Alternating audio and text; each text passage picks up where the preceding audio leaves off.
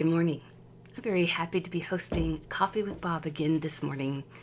Yesterday morning, I shared with you that I was in El Paso, Texas, visiting Lydia Patterson Institute. I shared a little bit about how the school came into being. Last night, in a late edition of Weekdays with Wendy, I told you about how the president of Lydia Patterson, Dr. Socorro de Anda, came to be there. And this morning I want to tell you a little bit more about her. Now, I returned home from El Paso last night, and it was an incredible visit. It was very short. I flew down there and flew back, but what a day it was to visit this historic institution that's on cutting edge of education. Dr. Socorro showed me around the school and around the city, and I just was impressed with her spirit. She took me out to lunch, and she was telling me the story about a young woman named Ruby, and this encounter that she had had with Ruby had just happened a few days earlier. Dr. Socorro told me she was parking her car, and it would just happened to be parked across the street from La Lydia, and she was getting out of her car, and she noticed a young woman, teenage girl, walking down the sidewalk. And so she greeted her, and she asked her how school was going. And this girl, she could tell, kind of, looked around and finally told her, well, it wasn't going very well. And so Dr. Socorro asked her, well, where do you go to school? And Ruby told her that she went to the public high school. It was the closest there, but it was still a distance away. But it was a public school there in El Paso. And so she asked her, well, why don't you go to Lydia Patterson? And the young woman said, oh, I would love that, but I know it's a private school and my family can't afford that. And so Dr. Socorro asked her, where do you live? And Ruby pointed to the apartments that were just right there across the street from La Lydia. And so Dr. Socorro asked her, well, how are you doing in school?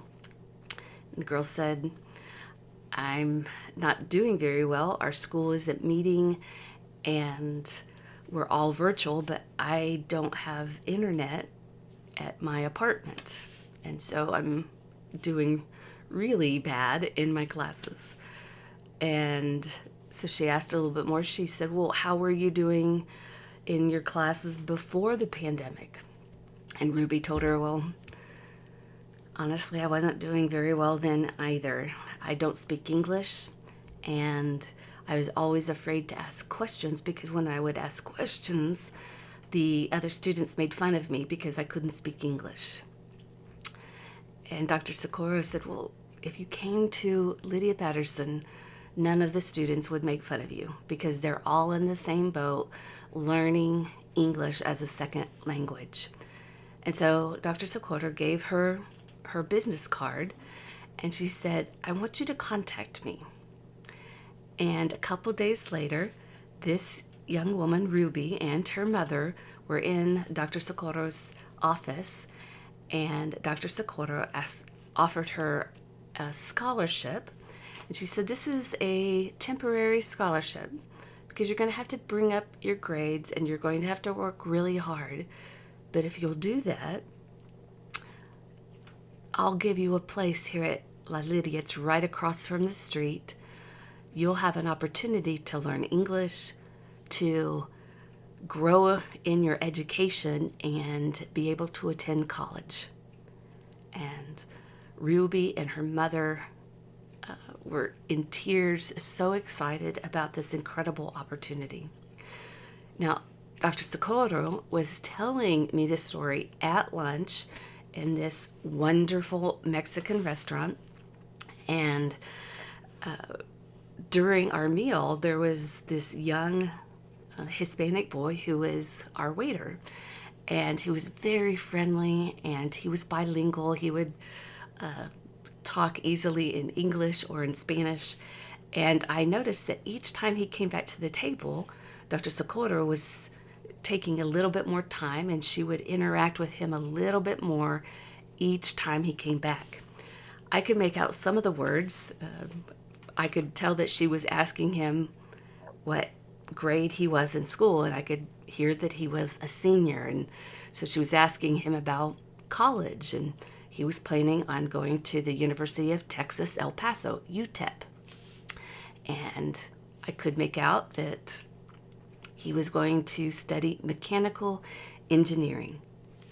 Well, the next time he came back to the table, Dr. Socorro spent quite a bit of time, and she started talking to him. Okay, when you go there, I want you to talk to this one woman in the admissions office, and she explained to him about the work-study program, and at length she was helping him to find resources at UTEP.